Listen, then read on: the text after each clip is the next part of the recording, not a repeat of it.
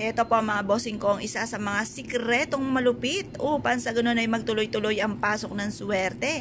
Laging masagana ang pamumuhay, araw-araw at tuloy-tuloy ang daloy ng kaperahan. Araw-araw ka magkakaroon ng pera. Kung ikaw ay negosyante, dapat meron ka nito. Kung ikaw ay mananaya, dapat meron ka nito.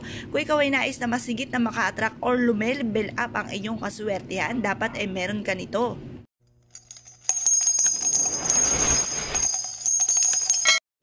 Kayo po ba mga bossing ko ay isa sa mga nagnanais na maka-attract ng napakaraming swerte? Ngayon pa mga bossing ko ako may tuturo sa inyo upang sa ganoon magtuloy-tuloy ang pasok ng swerte. Puro swerte ang darating, walang kamalasan mga bossing ko ay subukan nyo po ito. Proven na napakaswerte, lalo-lalo na ang mga mabibintog na butil ng bigas mga bossing. At ganoon din po ang ating pong bawang. Ang bawang ay nagtataboy ng kamalasan, ang bigas ay nag-a-attract ng kasaganahan. At sasabayan din natin to ng pagpapausok mga bossing ko na napakabangong sage mga bossing. Ito pa mga bossing ko ay isa sa mga subok na napakaswerte basta't may 100% kang paniniwala sa mga ganitong mga pamamaraan mga bossing ay walang imposible, masigit ka na makaka-attract ng swerte. Ganito po inyo pong gawin sa umaga ng alas 7 ng umaga para kayo po mga bossing ko ay makatawag or makasungkit ng swerte. Mamili ka na mga bossing ko or pumili ka na mabibintog ng butil ng bigas mga bossing. Yan po mga bossing ko ang mabibintog ng butil ng bigas ay makaka-attract ng kasaganahan. At ang ating bawang mga bossing ko ay nagtataboy ng mga kamalasan at ito po mga bossing ko ay hahatak ng walang hanggang swerte. Tapos sabayan natin ito ng Chinese incense mga bossing. Harap ka sa may silangan ng alas 7 ng umaga, sabihin nyo po, sa pamamagitan nito ay magtutuloy-tuloy ang pasok ng swerte, kailanman na hindi na ako mamumblema sa pera, lahat ng aking mga pinapangarap ay matutupad. Siksik liglig at aabot, maraming blessing ang darating sa akin.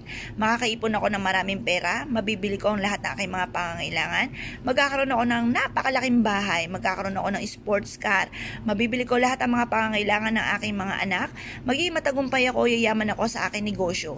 Ganon ang pagwi-wish, walang gamit na sana, direct to the point. Walang imposible mga bossing ko sa mga tao masisipag, madiskarte, naniniwala na mababago ang takbo ng pamumuhay. At yan po yung hindi ka rin nakakalimot magdasal. Proven po ito na napakaswerte basta't may 100% kang paniniwala. Ngayon pa mga bossing, sabihin ng lahat ng gusto po ninyo, huwag kang dadaing, bawalan dumadaing mga bossing. Kung kayo po yung may mga pagsubok na pinagdadaanan, ipagdasal ng taimtim na mula sa inyong pong puso. Walang imposible sa mga taong masisipag at naniniwala na mababago ang takbo ng pamumuhay at hindi laging ganyan ang takbo ng inyong pamumuhay. Proven po ito na maswerte. Kaya kung kayo po naniniwala at nais po itong gawin nyo po ito mga bossing ko sa umaga ng mga bandang alas 7. Basta bago ka matulog ay magawa nyo na ito at ito po ay pwede nyo ring unanin. Ilagay sa ilalim ng inyo pong unan mga bossing.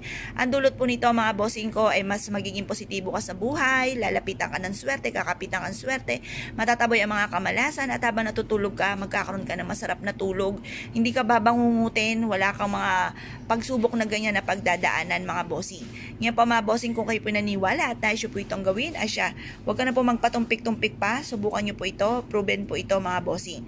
Ngayon po mga bossing, ugaliin ang pagsasalita ng mga magaganda. Sabihin nyo po, yayaman ako, magkakaroon ako ng maraming pera, hindi laging ganito ang takbo na aking pamumuhay. Makakaipon ako ng 10 milyon mga bossing or kaya po makakaipon ako ng limpak-limpak na salapi. Basta yung mga magaganda, lagi nyo sasabihin, matutupad po yan mga bossing. Kung kayo po naniniwala at nais po itong gawin, asya mga bossing, good luck po sa inyo po lahat.